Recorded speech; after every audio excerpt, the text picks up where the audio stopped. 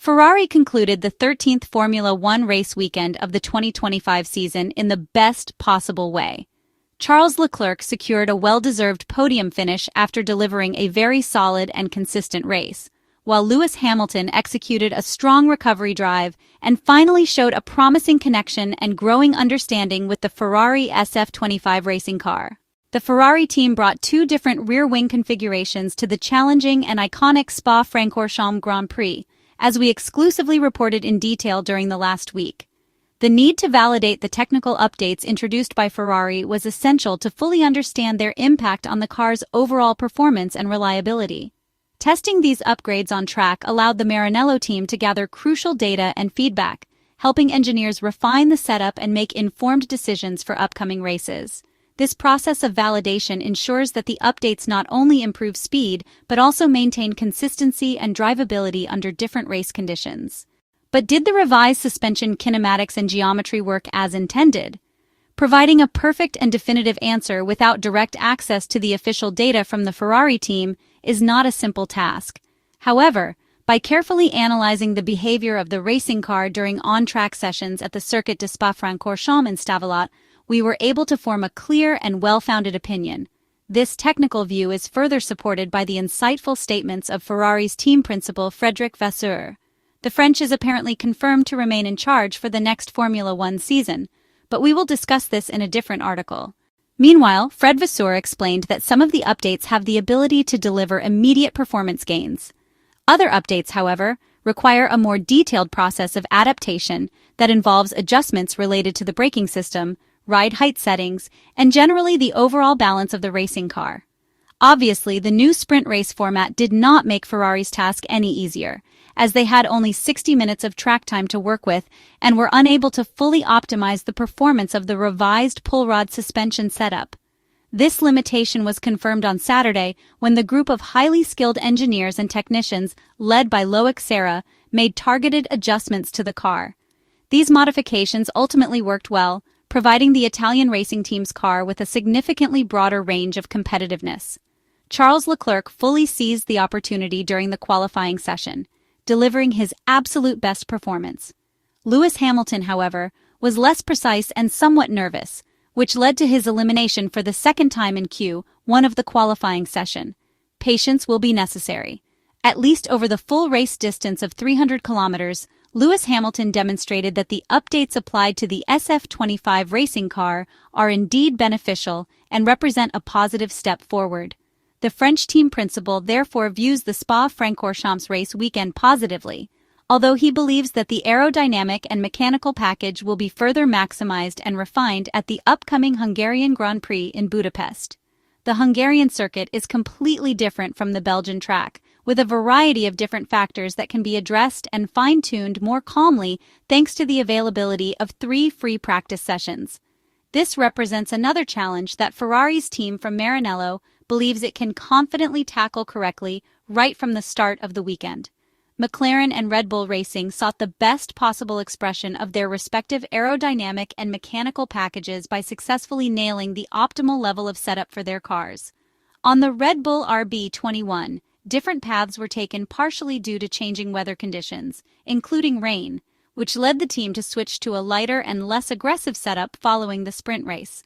The Ferrari engineers, on the other hand, followed a more linear and consistent approach throughout the entire weekend, at least in the case of Charles Leclerc. Lewis Hamilton adopted a contrasting approach by focusing on different adjustments and differentiating his setup to find a better balance.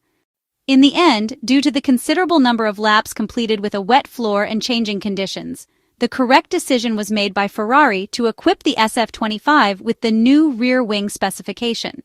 This particular rear wing recalls the shape and design of the wing used last year at the Spa-Francorchamps circuit.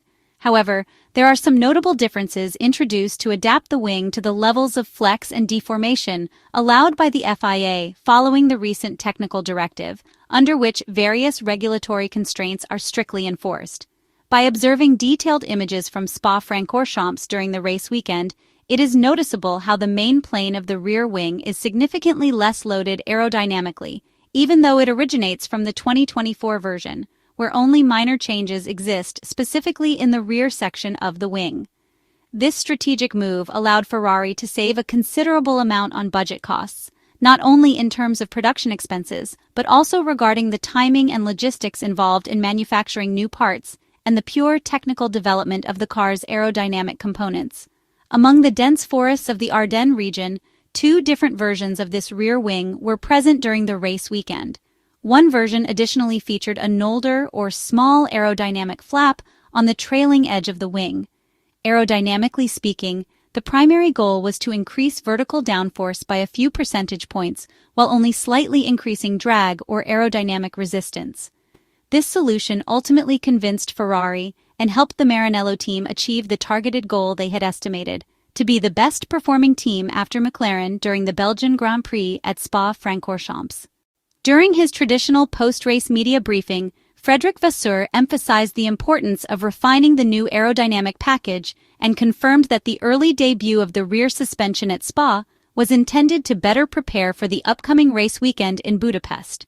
The Ferrari boss began by reviewing the strategic decisions made across the Belgian Grand Prix weekend, particularly the choice to adopt different aerodynamic configurations for Lewis Hamilton and Charles Leclerc, high downforce for Hamilton and low downforce for Charles Leclerc. The Frenchman explained that it was not at all certain that it would rain completely on Sunday, noting that the race itself was not fully wet. He said the forecasts had indicated intermittent showers throughout the day. The team knew the situation before qualifying but also understood that in case of rain, visibility would become a major issue, making overtaking extremely difficult. Vasseur added that it was not an easy decision, and even on the grid, the field was split evenly between choices. The Ferrari team boss described it as always being a gamble, and pointed out that on Sunday morning, no one could have predicted that the sun would come out by the afternoon. Vasseur also addressed the debut of Ferrari's newly introduced rear suspension. While the timing was not ideal, arriving during a sprint format weekend with limited practice, he insisted it was the right decision not to wait until the Hungarian Grand Prix.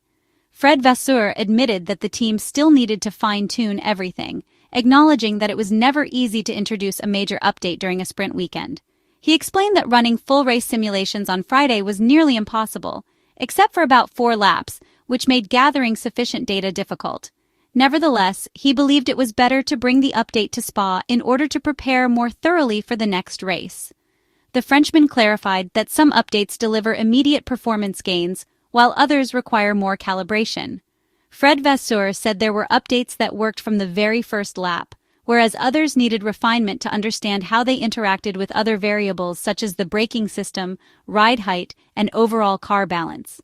He mentioned that the team was still in this second phase of adaptation. The Ferrari team principal also confirmed that this suspension upgrade marked the final major development on the SF-25 chassis. He noted that he believed every team was in a similar position, as attention increasingly shifted toward the 2026 project as the season progressed. From that point until the final races, he expected only minor updates, mainly consisting of track-specific tweaks and adjustments related to weather conditions, rather than large-scale upgrade packages.